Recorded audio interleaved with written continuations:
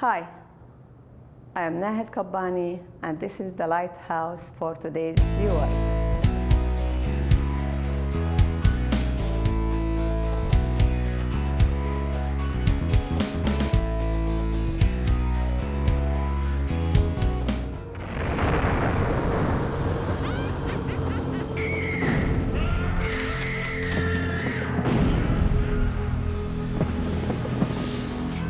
Oh, hello there. I didn't hear you come in. Did you float through the wall?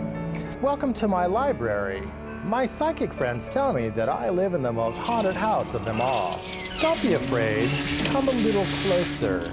I won't bite you. Watch for other episodes of Investigating the Unknown with me, your host, Michael J. KOURI, and I guarantee that you will get the education of a lifetime.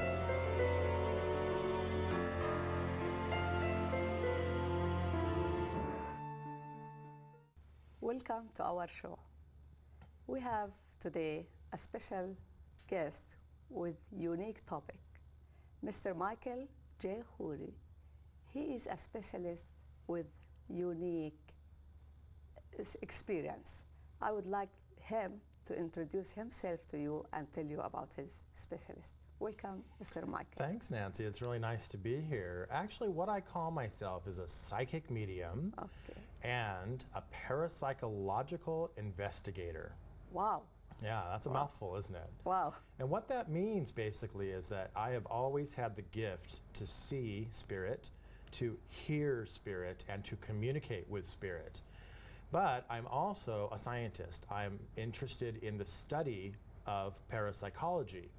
I don't have a degree in parapsychology. I'm not a doctor, but I am someone who is very much interested in knowing how it works, and if spirits are real, why are they here?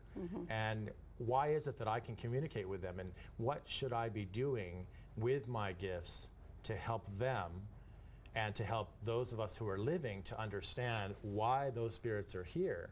There must be a connection between the life and the afterlife, or life and death. And so I've spent the last 25 years understanding those theories, and here I am. So your deep research made you know what you know now. That's correct. How long have you been known as your psychic? I've known of my abilities since I was 8 years old, a little boy. That early age. Yeah. Wow. I was riding my brother's bicycle. I remember the day very clearly. I was on a couple streets away from my house in Burbank, California, where I grew up, and I was run over by a car. And I remember the man screamed and yelled and got out of his old 1950s jalopy, scooped up my little limp body and put me in the back seat of his car, and he says, "Where do you live?" And I told him, and he picked up the bicycle that was bent in half, put it in the trunk, and drove me home. And my mom had just come home from work, and she came running out screaming, my child, what's wrong?" And my brother stood there crying, my bike, because his bike was bent in half, Yes, you know. sure. And, you know, unfortunately, I took the bike without his permission, so I've never lived that down since that happened.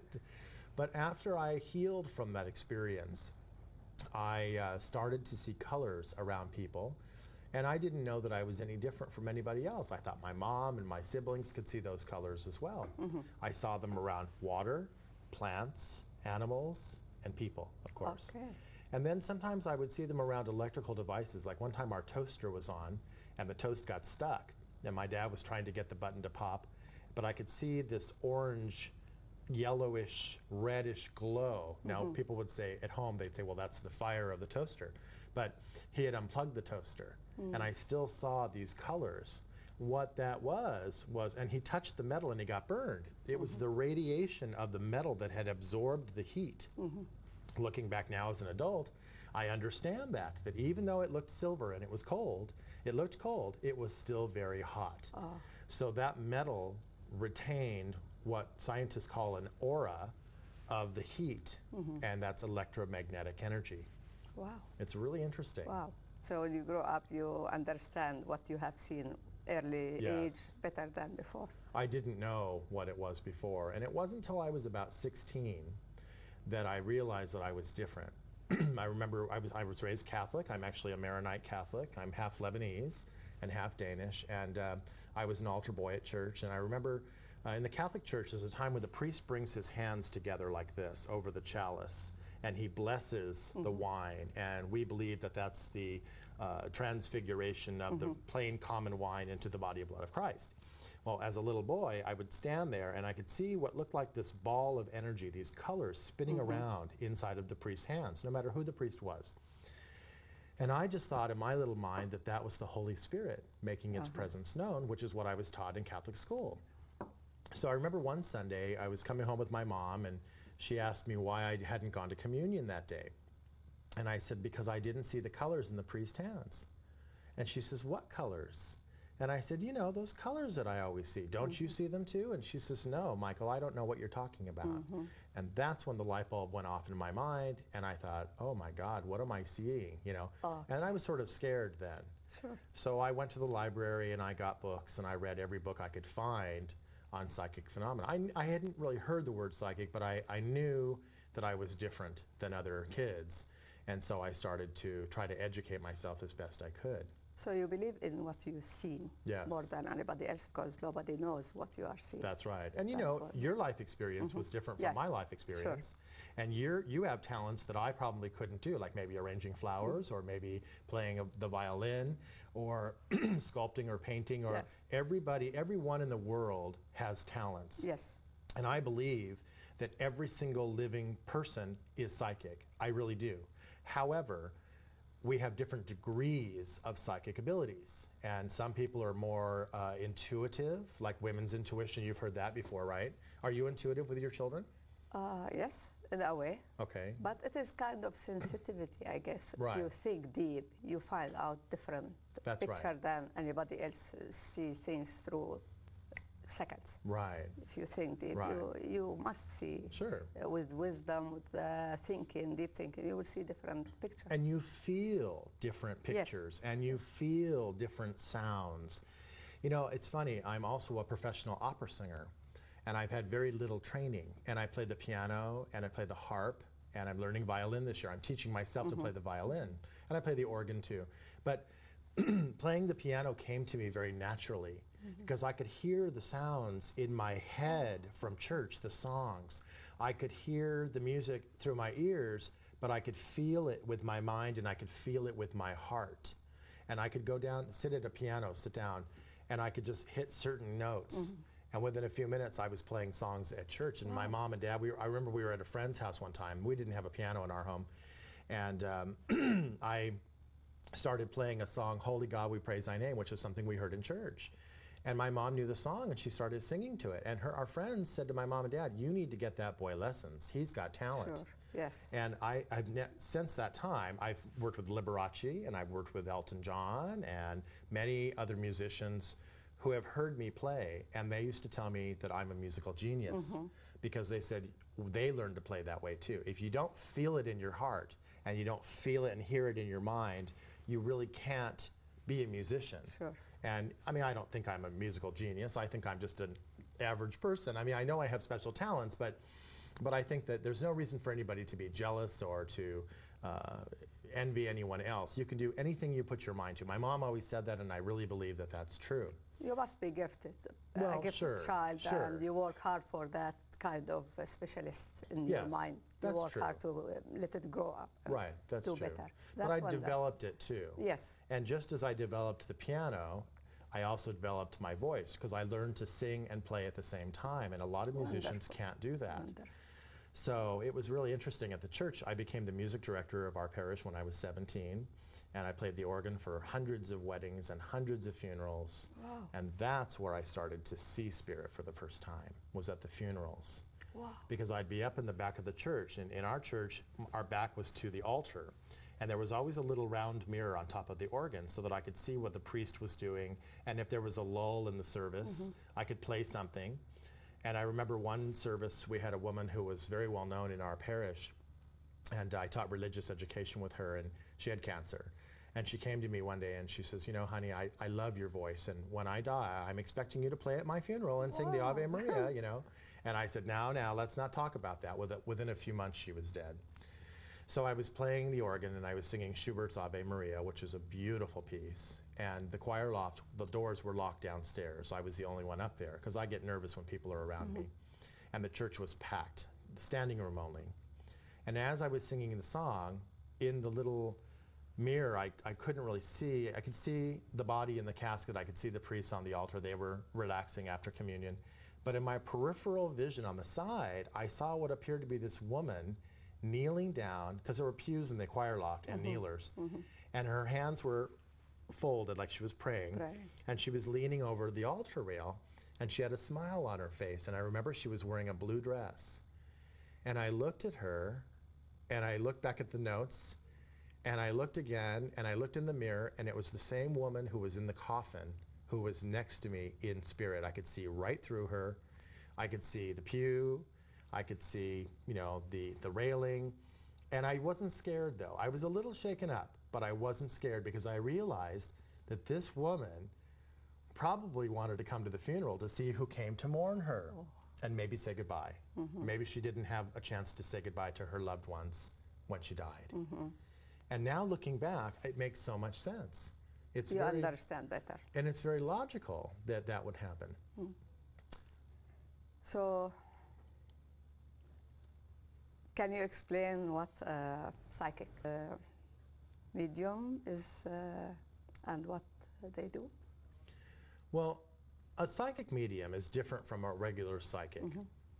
Excuse me. Some people who call themselves psychics read tarot cards and a crystal ball or a Ouija board, and those to me are just games. I have never been able to get a Ouija board to work for me. I have tried it many times with different people, and when I get away from the table, I watch other people, and the thing moves for them, but it never moves for me. So in my mind, to me, they're just pushing it. To me, that has nothing to do with spirit. Maker. Well, yes. Good business. And there are a lot of charlatans out there, and you have to be very careful when you go to a psychic that they're, you know, not dishonest.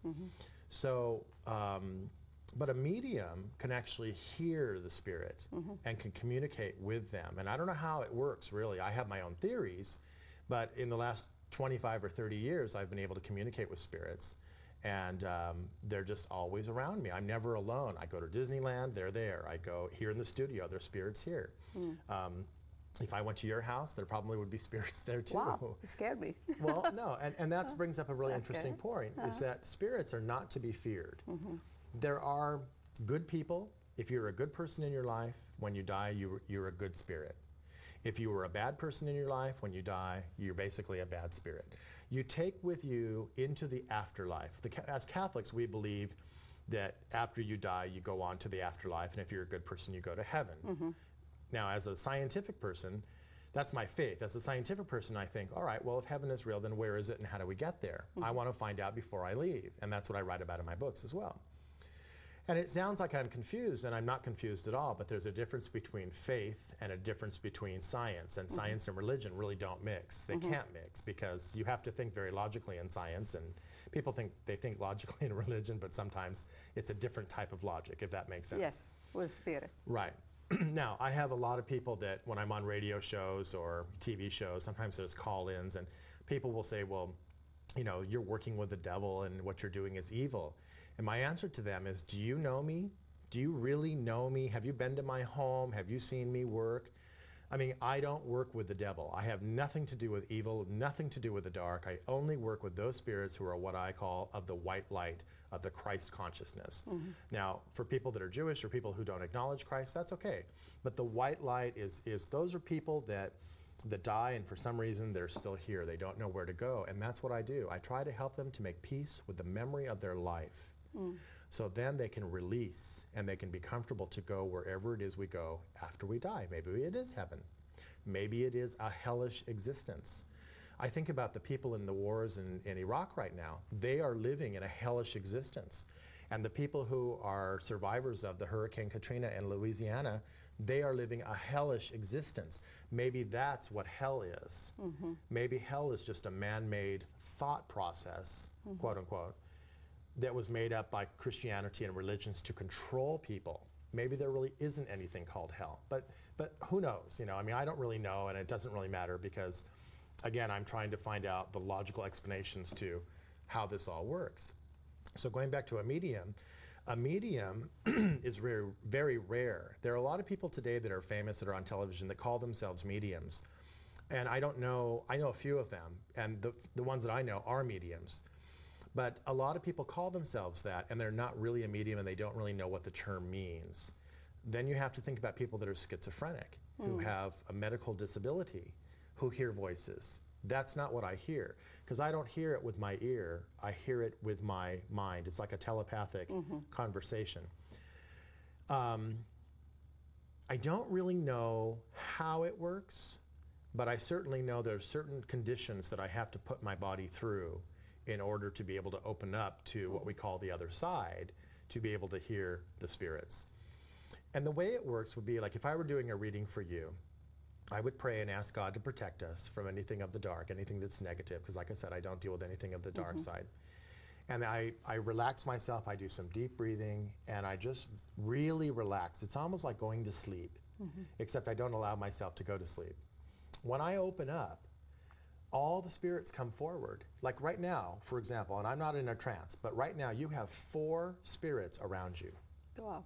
4 of them. Around? Yes. That's left and right? Well, they're behind you. Okay.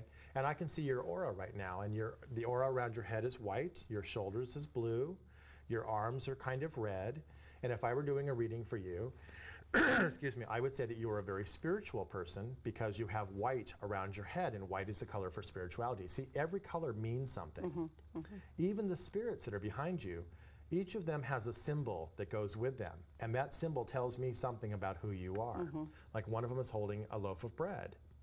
So I would say, are you a cook? Are you a baker? Do you like to, you know, make things for your family? Of course, that's very, I'm using something very, you know, menial. Belong to what you have seen. Right. But then there's 3 women and 1 man. And I'm assuming that 2 of the women are your grandmothers because they're very elderly. Are you reading mine? Mine? Yes. Are you Yes. on public television? Please, Yes. no, don't do. Well, No? are your grandmothers deceased? Oh, That's what I'm saying. So if that was out on your mother's side or your father's side? both. Okay, so they're both dead. That's what I'm asking you. Yeah, okay. Are your grandmothers deceased? Are they Sure. dead? Okay. Deceased for long. So I'm assuming that the spirits, the 2 women that I see, they're older women. So they're probably women that you knew or knew you or are related to you, and they love you, and that's why they're still with you. I'll give you an example. When I was a little boy, I used to see my grandmother, who died when I was almost 2. So I never really got to know her. But I knew she was with me. I always knew. And I'd have these dreams at night that this woman, this older woman with white hair would, you know, bend down and maybe kiss my forehead, and I would scream, and my mom would come into my room and she'd say, "What's wrong? What's wrong?" And I would tell her. My brother would wake up and my sisters, and they didn't see anything, you know. And my mom is very psychic too. And our birthdays are very close together. We're both Pisces as far as astrology goes. And I described the woman that I saw, and my mother said to me, "Well, that's probably your grandmother. And you know, your grandmother loved you very much, and she would never do anything to scare you or to hurt you. So the next time you see her, tell her you love her and see what happens." I was, you know, a little kid. I was 7 or 8 years old. And I remember a couple of months later, I dreamt of her again. And I looked up and I said, "Grandma, I love you." And she had tears rolling down her cheeks, and she vanished. So it was my grandmother. She was just letting me know that she was with me, not to be afraid of the dark. I was terrified of the dark. So she came to me to be with me. And as I was growing up, I remember my grandfather used to tell me that I was so much like my grandmother that if she were alive, that she and I would be pals. I'm also an antique dealer. I'm an appraiser of antiques. I collect antique toys, and I give lectures around the country about appraising and things. And I mean, I just love stuff. And she did too. And so we had that in common. So I think that the psychic ability sometimes can be genetic as well. My grandfather told me that my grandmother was psychic, her mother was psychic, and her mother was psychic. Now, and then my mother is psychic and I'm psychic too, so that's 5 people in the same genealogical stretch that all have the psychic gift. So maybe that's something that I inherited through genetics. Is this what they call it, ghost or spirit? It's the same thing. A ghost and a spirit are exactly the same. If you look up the term in the dictionary of spirit, you'll see spirit, ghost, sprite, and all different other terms that are used for spirits. You know, and I go back to the question from people that call themselves Christians that say that what I'm doing is evil. And I was on a radio show recently, and I said to the woman, I said, now, do you mean to tell me that if your wife, or I mean your mother or your husband or someone that you loved very much died, and they came to you the next day, that you would think that they were the devil? And she said, yes. And I said, well, shame on you. Because someone who loved you is not going to come back and hurt you. Somebody who hated you may come back and hurt you. And if that's what your minister is teaching you, you need to go to a different church, because it doesn't make sense. It's not logical. Wow. Now, the Holy Spirit, and we who are Christian believe in the Holy Spirit.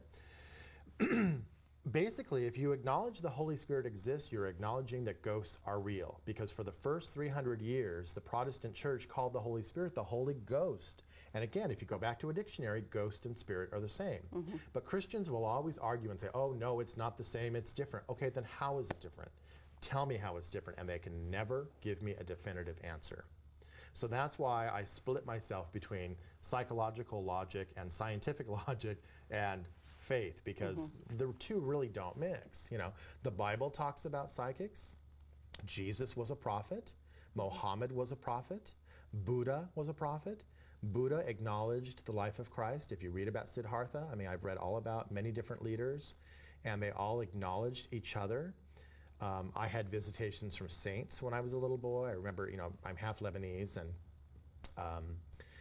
we used to go to this Lebanese church once a month, and we went to the Roman Catholic Church every other weekend. But my mother wanted us to understand where we come from, to understand our roots, and so we would go to the Maronite Mass, which was very beautiful, and the Mass is all in Aramaic, which was the language of Jesus, and it's kind of hard to understand. But I understand more Arabic. I don't speak Arabic. I know all the important words like yalla, tubuli, kibbi, you know, which is kind of silly. Good enough for food. That's right, right. But I understand. I remember when I met you here at the studio, I heard you speaking Arabic. Yes. And I know the difference between Aramaic and Armenian and some of the Middle Eastern dialects, because I've been around it for years.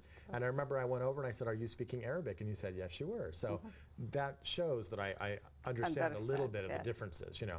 But I had a saint appear to me 16 times when I was 15. And his name was Charbel Makhlouf. He wasn't yet canonized in the Catholic Church as a saint, but the Lebanese people had already considered him a saint for 200 years because of all the miracles. Let's talk about this later.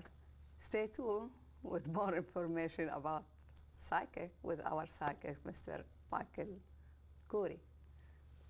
Okay.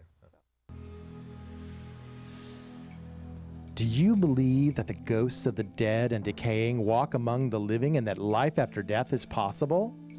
What about crop circles? Are they proof that UFOs and alien inhabitants really exist from galaxies far away?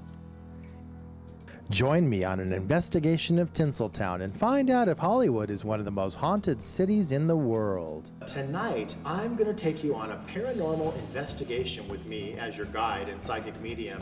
What really happens during a paranormal investigation? Can psychics really reveal secrets and predict the future?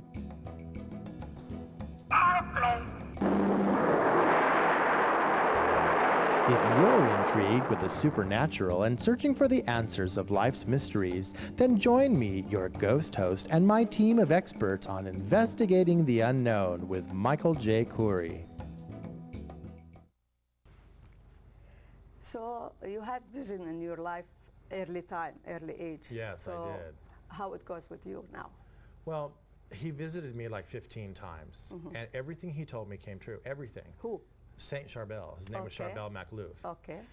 The year that he appeared to me was 1979, and I didn't know this, but the priest from our church and my godfather were going to Rome to the canonization of Saint Charbel.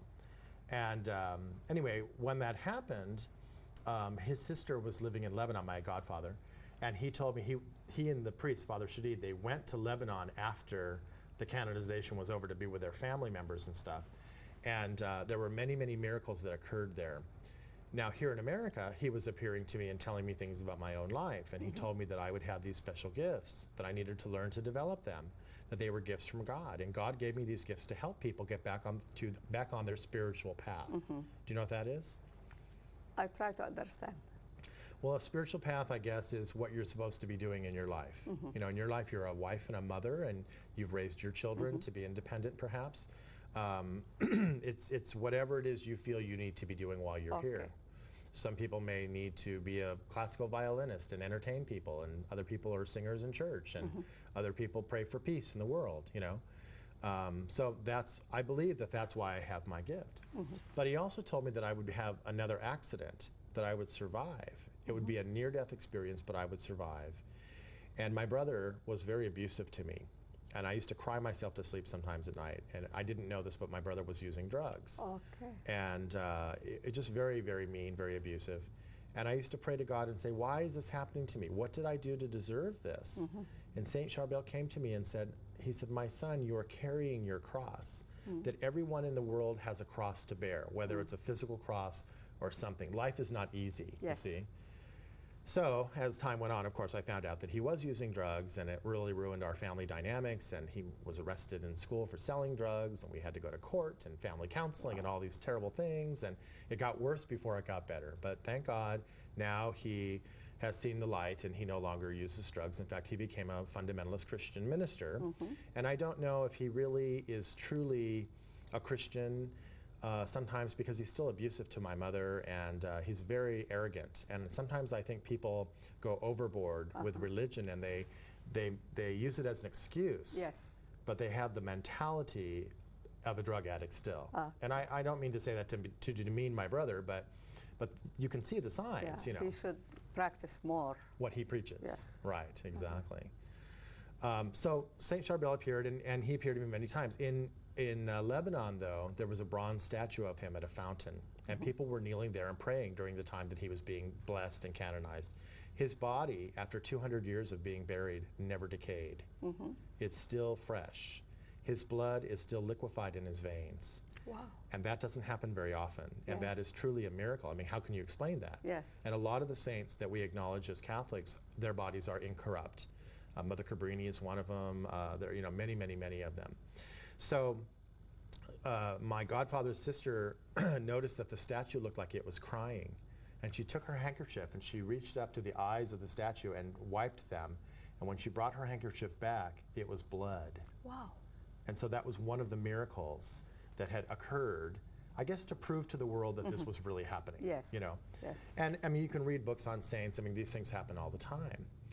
But he also told me that a woman in my neighborhood was going to have a baby, and she was in her 50s, and she could never get pregnant.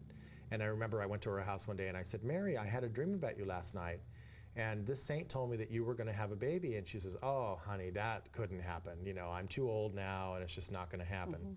A couple weeks later, she got sick, and I used to go to her house and play with her kids and stuff. And I went over there one day, and the kids were gone, and the neighbors said, oh, they're all at the hospital. You know, Mary, or whatever her name was, she fell and, you know, is in the hospital.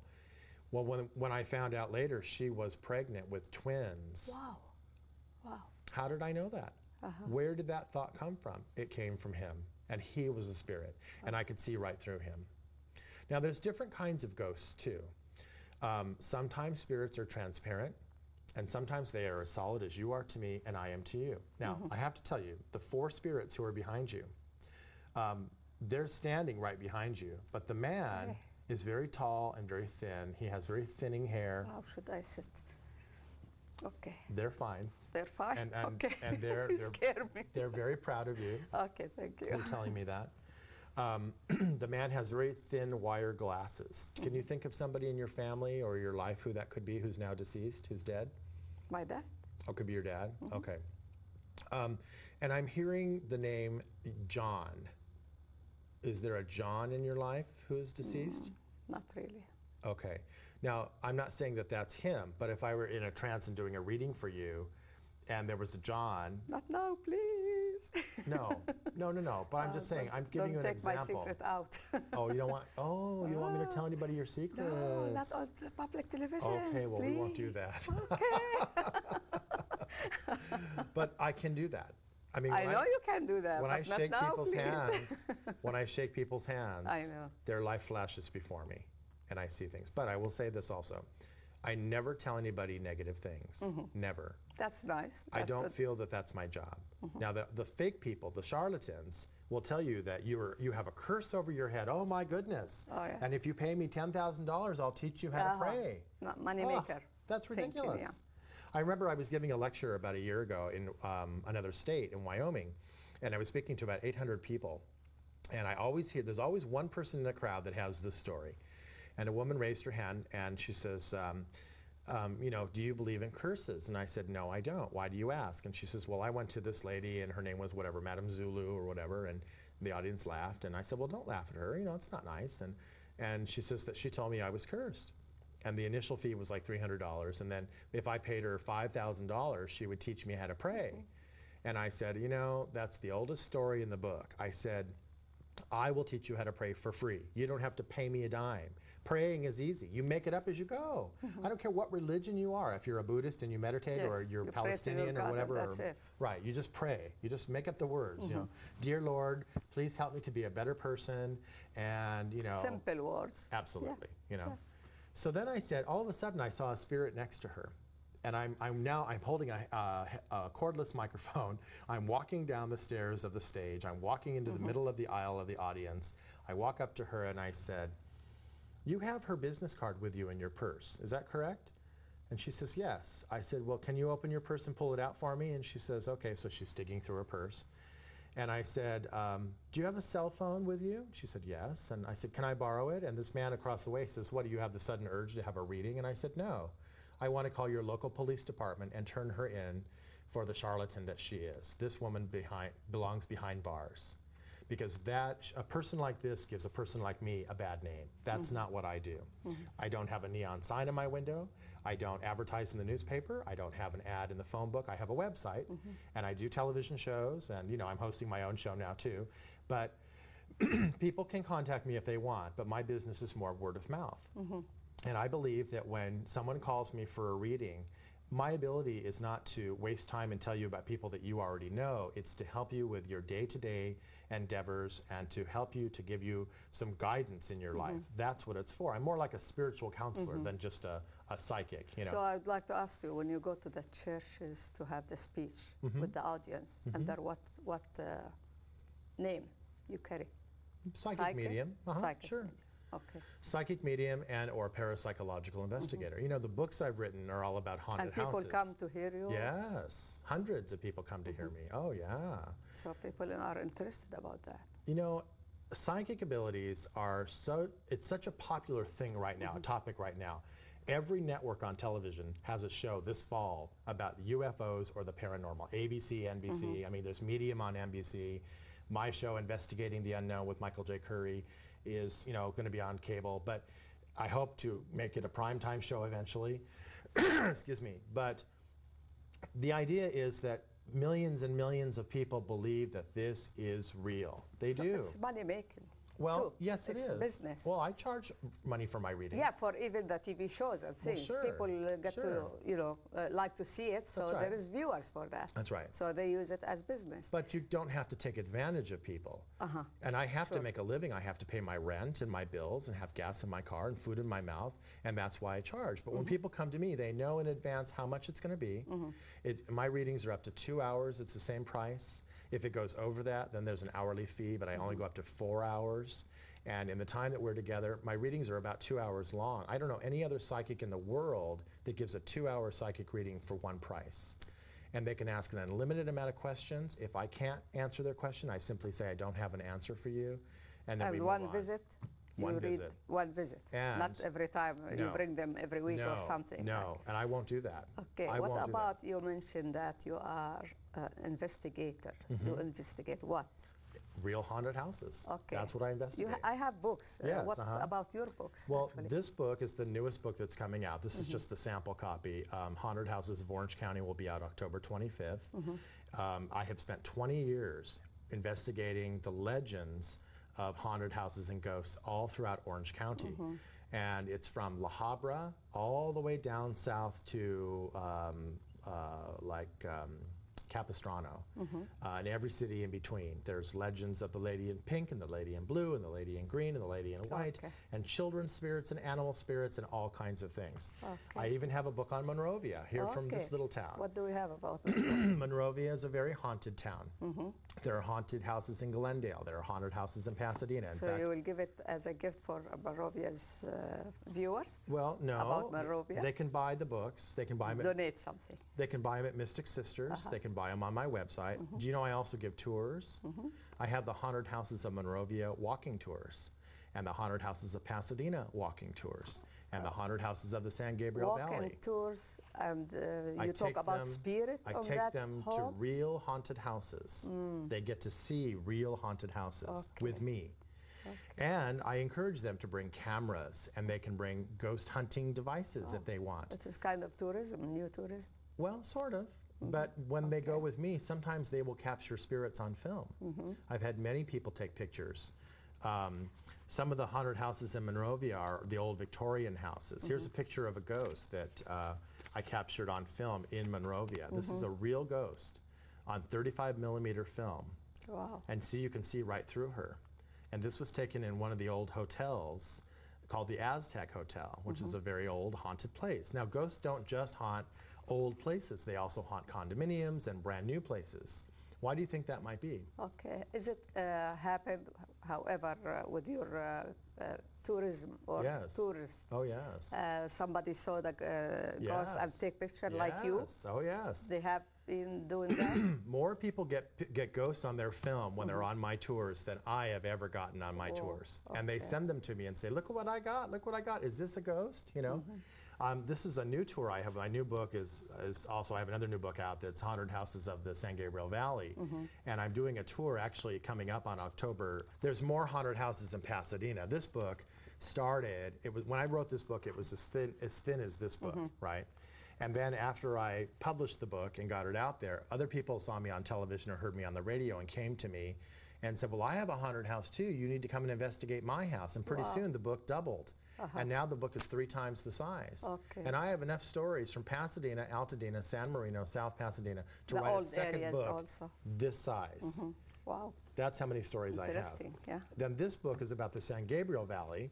This is just the cover, of course, but the San Gabriel Valley stories cover everything from Sierra Madre to Laverne and every city in between. There are some stories in Monrovia that are different from the Monrovia book. Okay.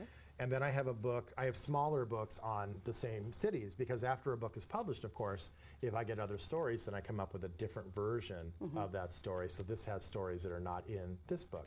But there are thousands of haunted Additions, places. information. Yes, Okay. yes.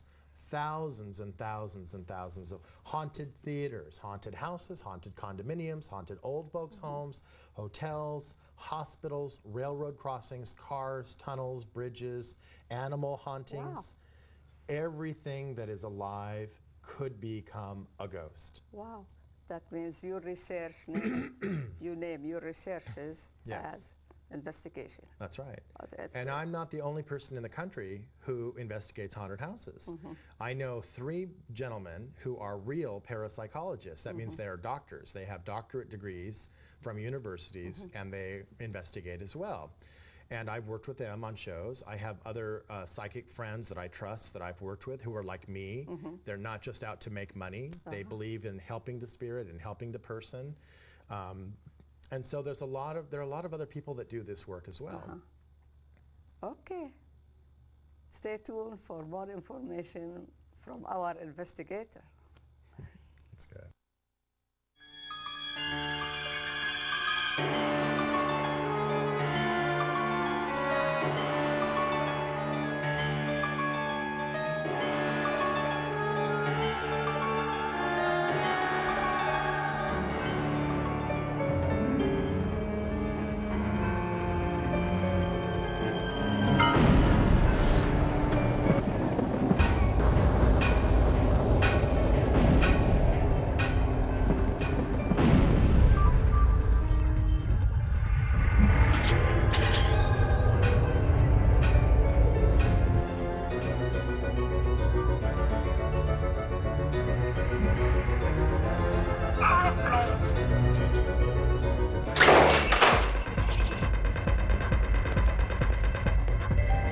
spirits take my hand and they write the message.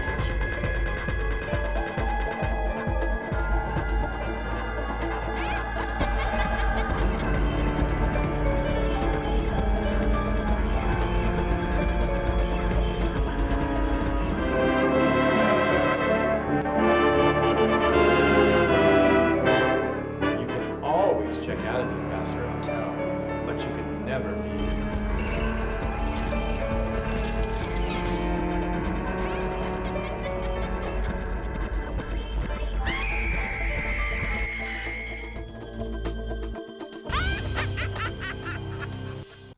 So how do you know, or how do you feel your work can benefit others?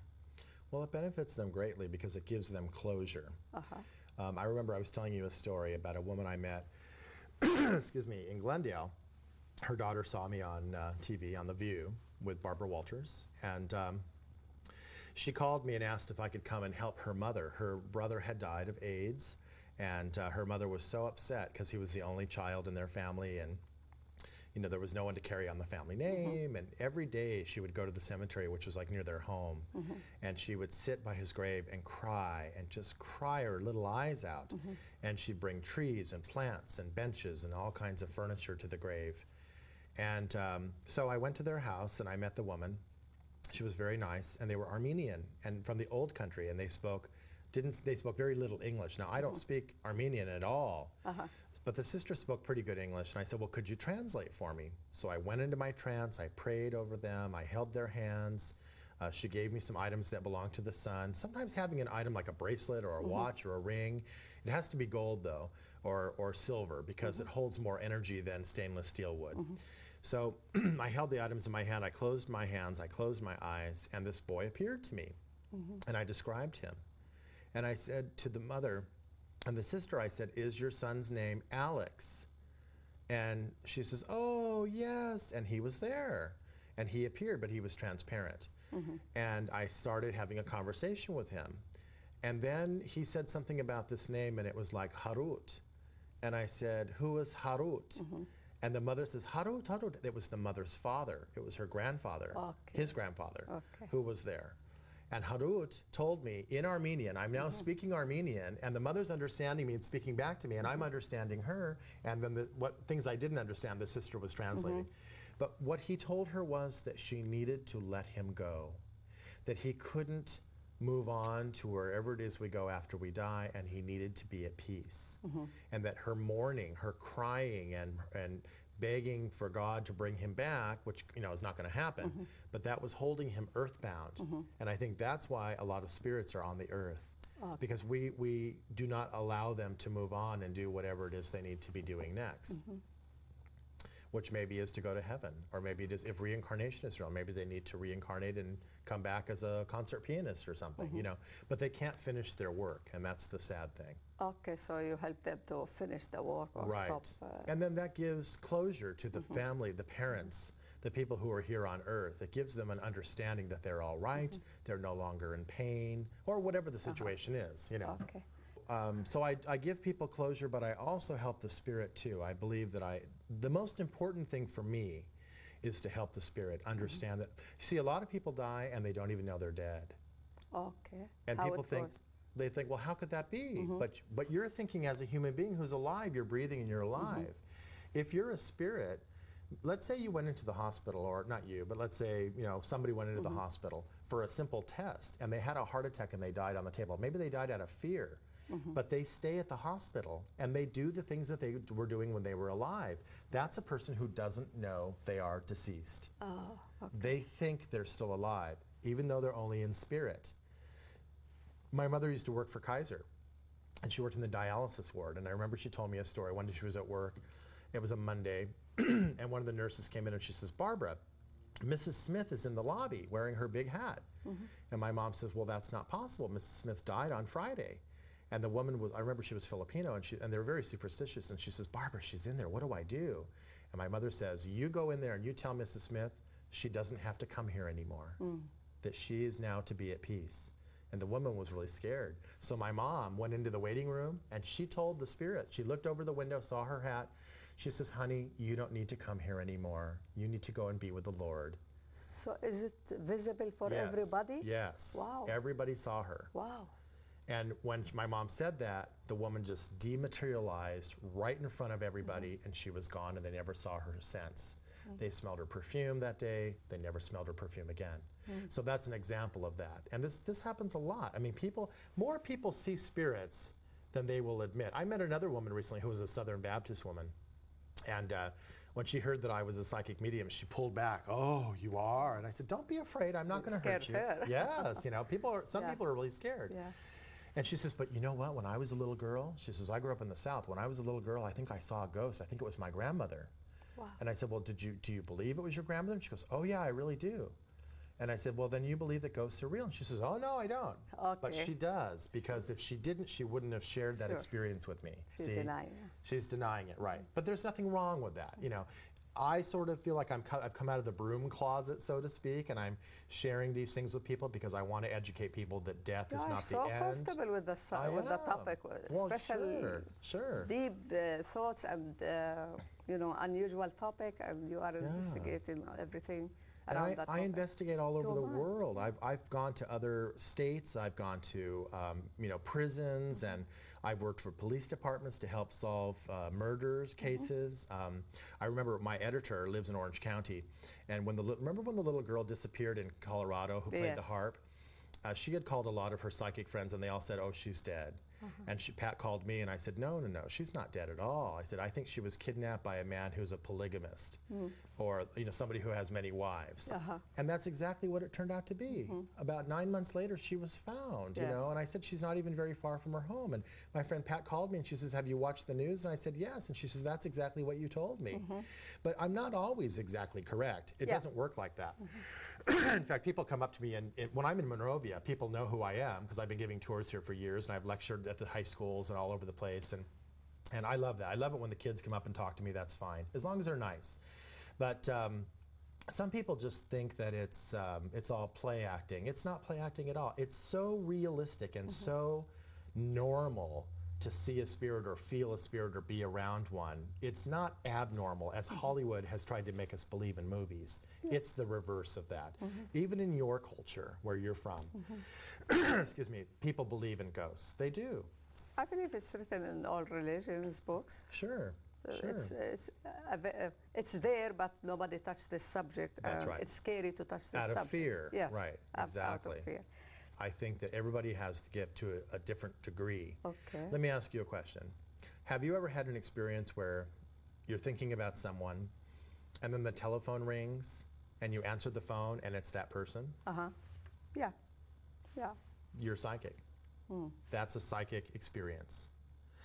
Intuition. We always hear about women's intuition. Well, we men have intuition too, but most men are so masculine. They have this expected machismo about them that we can't cry at movies and we can't show that we're sensitive.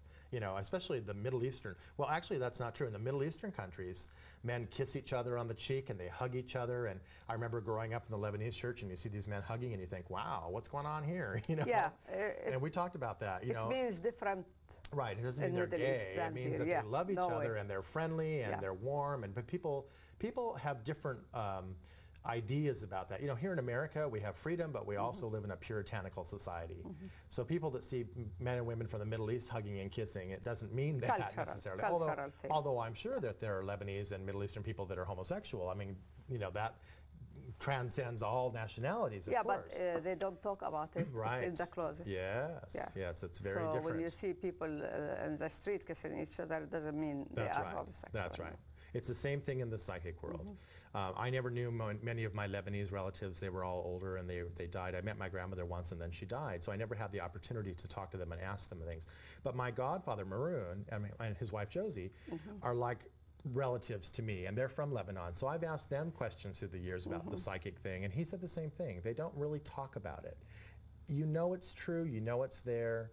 It's more of a superstitious belief, and it's not encouraged there. And they don't really even understand why I'm doing this, but I don't care. Nobody this is knows. my life. It's yours. Oh, no, everybody knows. It's yours. Oh, everybody knows. My whole family knows. And I think they're proud of me. But, you know, I But think... why you do, nobody Right. does. Nobody knows. feel it inside of you. That's right. It's your personality. That's right. Yeah. And maybe that's why God put me here this time, was to teach people not to be afraid of things you don't understand. If you don't understand something, educate yourself. Learn about it. Don't be afraid to read a book about Muhammad or being Muslim. I have a lot of Muslim friends, and they're not terrorists. They're not here to kill everybody in America like some people thought after 9/11. You know, it was a terrible tragedy, and a lot of people died, but you can't accuse every Muslim or Middle Eastern person or look at them differently and think that they're out to kill us. Yes. That's just not It's the case. a personal issue. That's the right. Terrorism or the bad things or good things. Personal That's right. issue. And every culture and every ethnicity has good and bad. And you can't think that everybody who's black, for example, is bad, or if they're coming into your store, oh no, here comes a black person. You can't think like that. We need to change that way that people think. We have to, in order to have something called peace. And I hope that we'll see peace in our lifetime. It's our dream. Right. It's our dream to The have Middle peace. East has been fighting forever, and the Irish have been fighting forever, and other cultures have been fighting forever. But if people could educate themselves and not be so stupid and stubborn, thinking that their way is better than their way, Yes. and agree more often, we would have more peace in the world. Sure. And a lot of psychics I know, and a lot of spiritual people and mystics or witches or whatever you want to call them, we all pray. We have summer, like there's a thing called the summer solstice where people get together and they meditate. Meditation is prayer. It's the same thing. You have a goal in mind, and it's thinking positive. It's the power of positive thinking. We have a goal in mind, and we always pray for world peace. And maybe people have rituals that go with that. Well, so what? Maybe they do. But it's not a negative thing. You know, I had a lady saw me today in Monrovia, and she stopped me and asked me if I would ever do an exorcism, and I said, no, never. First of all, I don't know how. Secondly, I wouldn't want to know how. And she says, well, I live in a house that's very angry, and I think we need an exorcism. And I said, are you religious? And she says, no. And I said, well, you know what? What happens if you call a priest and he comes in and he agrees to do it, which he probably wouldn't, because there's many steps you have to go through before they do that. But if you have a spirit that's negative and you like sprinkle holy water and they weren't religious, your haunting will get worse. Because they might be saying, what are you doing? I'm not dead. What's going on here? And that makes them upset. And so things happen more often. If the person was religious, they might understand that. But if they're not Catholic, they're not going to understand what the ritual is. So the first thing to do is to call a psychic medium or a psychic or a paranormal investigator. But if you do call a paranormal investigator, and I want to say this to your viewers, it's very important that you ask them for their credentials. Find out where they've investigated before, and you need to know things about them. You don't want to just invite somebody who says they have experience. You want to make sure they really do, because there are a lot of little groups out there that say that, but they just want to see a spirit. They want to try to capture a spirit on camera or on film, and they don't have the technological experience that maybe I would have. I've been investigating for 25 years. I have a team. We come in, we do an investigation. We also do a follow-up. We send the homeowners a letter afterwards telling them what we found. If we think it's just birds in the attic or it's squirrels in the walls, we tell them that. We're honest about that. There's a group here in the San Gabriel Valley that calls themselves a professional, and they're not professional. They're looky-loos. They just want to see a ghost. They don't really know what they're doing. And I'm not knocking them. They're training. They're trying to learn, and that's good, but they need to be trained by professionals. Yeah, some teachers doing better than other teachers. It That's right. It's depends the same on the thing. personality or the deepest training that they have. Right. Actually, we can talk hours and hours. We could. Cannot stop talking about this subject. It's really something new, something unique, and you give us something new to think about it. And Well, I wish my viewers benefit from that I hope they information, and we do. can use your knowledge maybe sometime. But before we go, what's your website? My website address is www, the letter I, the letter C, the word ghosts, GHOSTS.com. So it's icghosts.com. And they're more than welcome to email me and ask me questions. And on my TV show, Investigating the Unknown with Michael J. KOURI, they can actually email their questions, and I'll read their answers on the air. Monrovia Public It's going to be on public access. It's going to run in 8 different states in the United States, so it's going to go nationwide, which is really exciting, and it starts September 15th of this year. Oh, that's wonderful. So thank you so much for having me. It was really interesting, and I love Thank sharing you my for knowledge, coming. and it's great. Thank you for coming. That was Mr. Michael KOURI, And actually, it was a unique topic. I thank him for that information, and I thank you, my viewers. We'll see you next time.